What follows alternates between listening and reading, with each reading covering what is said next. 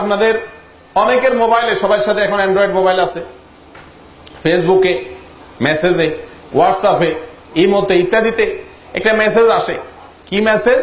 অনেক মেসেজ আসে। এর ভিতরে একটা আমার নজরে পড়ছে যে ভাই, এই মেসেজটা যে মদিনা থেকে নবী করিম সাল্লাল্লাহু আলাইহি সাল্লামকে স্বপ্নে দেখছে, উনি বলছেন এটা এটা করতে, এটা এটা করতে, হান হান করতে, টান টান করতে স্বপ্নে দেখছে, এই কথাটা যদি আপনি 10 জন মানুষের কাছে আজকে প্রচার করেন, তাহলে এই কয়দিনের ভিতরে আপনি একটা সুসংবাদ পাইয়া যাবেন।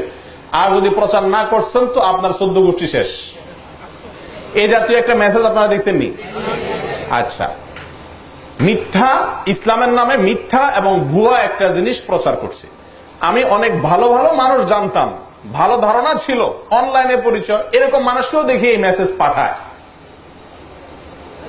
তো এই লোক একটি বিদআত, ইসলামের নামে একটি ভুয়া জিনিসকে প্রচারে যদি সে লিপ্ত হয়, তো ওই যে 10 জনে পাঠাচ্ছে, 10 জন কত 10 জন যাচ্ছে, এই সবার গুনাহগুলো তাদেরটা তো তাদের আছেই, আপনার আমল নামে এক্সট্রা হিসাবে জমা হচ্ছে। আল্লাহ তাআলা আমাদেরকে হেফাজত করে।